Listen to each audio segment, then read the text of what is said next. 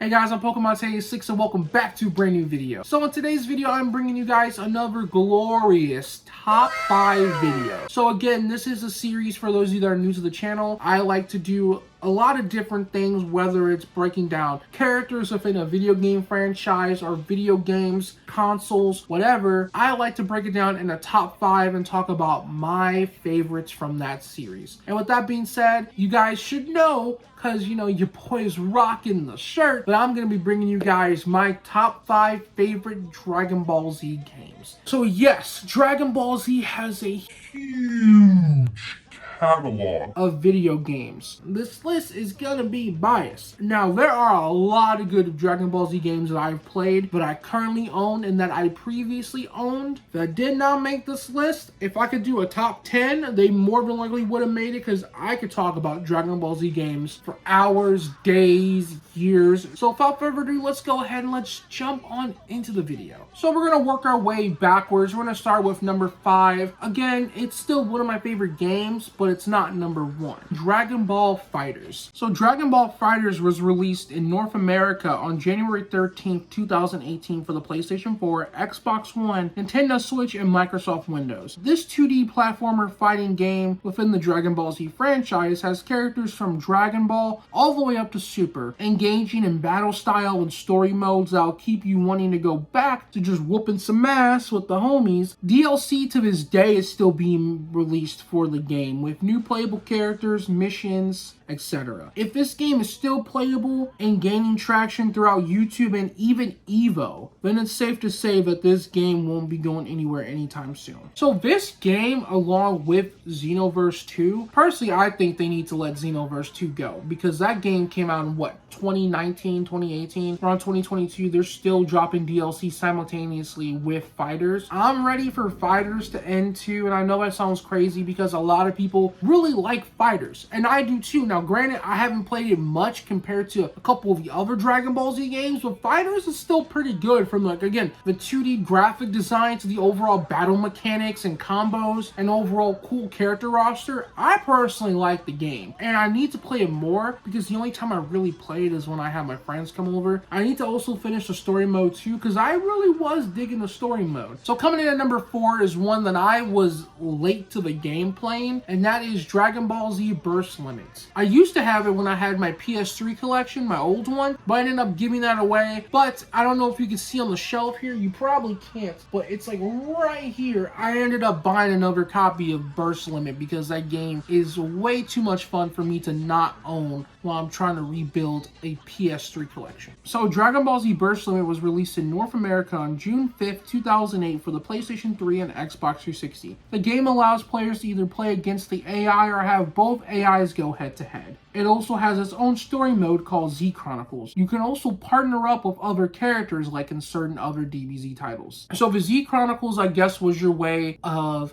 a story mode where you play in certain select key moments from the Dragon Ball Z franchise, or Dragon Ball franchise, I would say. And along with that, you also had teammates, so you had a partner that you could, you know, kind of tag team up on people. It was different. Not a lot of Dragon Ball Z games had that, but certain other titles had that, where you could have a partner to fight with. And then, of course, you know, you could always have AIs go against AIs. That's nothing too new, but it's always kind of interesting to just sit back, see what happens when you let two AI CPU characters go head to head. Overall, I liked the battle style and the mechanics, and I also liked the 3D layout of the game. I don't know, I'm a sucker for 3D types of games, but I also like 2D platformer kind of games too. So now I move on to number 3, being Dragon Ball Z Budokai 3. And I know what you're thinking, really dude? Budokai 1? With all the stuff you could do, especially like the what if stuff? Same thing with Budokai 2? You gonna pass up on Budokai 2? Yes. Now granted, I've never owned Budokai 3. I'm planning on getting it for my PS2 collection, but I've never owned it. I've always owned the first and the seconds. I owned both of those growing up. I don't have them anymore. I'm thinking about getting the Budokai HD collection. I would rather do that. That way I can get Budokai and Budokai 3 in one game, and then just get Budokai 2 for the PS2. So Budokai 3 was released in North America on November 16th, 2004 for the PS2. The third game in the Budokai series, and one of the best strategy Dragon Ball Z games to come out during the PlayStation 2's lifespan. The success from Budokai and Budokai 2, again, I don't know. It's just Budokai 3 was really fun. I could stay and play that game for hours on end. I wouldn't get bored. I wouldn't want to turn it off. So again, why that one compared to the other two, don't know. I just really liked it. So now coming in number 2 is one that I just recently bought and showed off when I did my buying an Xbox 360 in 2021 video, and that is Dragon Ball Raging Blast 2. Dragon Ball Raging Blast 2 was released in North America on November 2nd, 2010 for the PlayStation 3 and Xbox 360. Following up to the first game in the series, Raging Blast, and 2 has a long list of characters, including some never before seen in the anime series, but maybe in small selected Japanese exclusive short films. Not to mention the 3D animation and the certain select super moves are dope as f.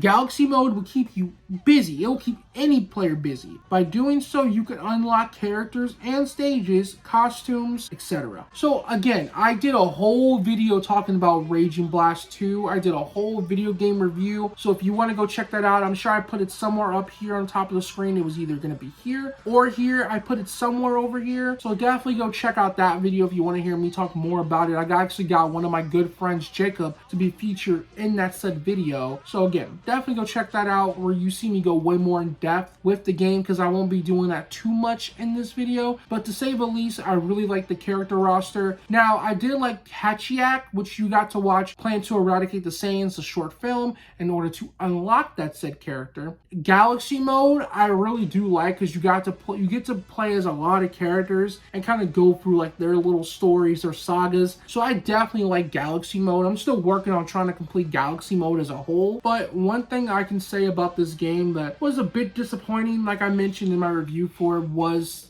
the tournaments. I was expecting more than just a world tournament and cell games. Galaxy mode makes up for that, and a bunch of other stuff that you can do in the game kind of makes up for the lack of tournaments you can do within it.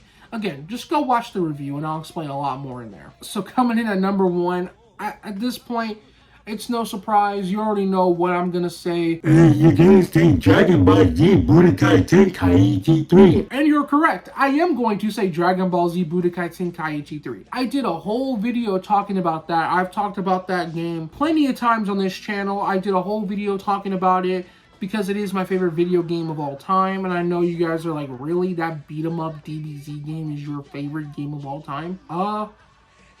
Yes. Yes, the it is. So I know you guys are probably going to say that, and the answer is yes. Yes, that game still is my favorite video game of all time. I don't care if it's a beat 'em up. I don't care if people are sick and tired of the fans wanting Bandai Namco to make, or Bandai to make another Budokai Tenkaichi. I would be okay with a remaster collection, or I'd be okay with, you know, a fourth. But I know that's not going to happen. Might as well just stop talking about it, because we're not going to get a fourth. I'd be damned if we even get a remaster, because more than likely we're not going to get a remastered. But overall, the game is...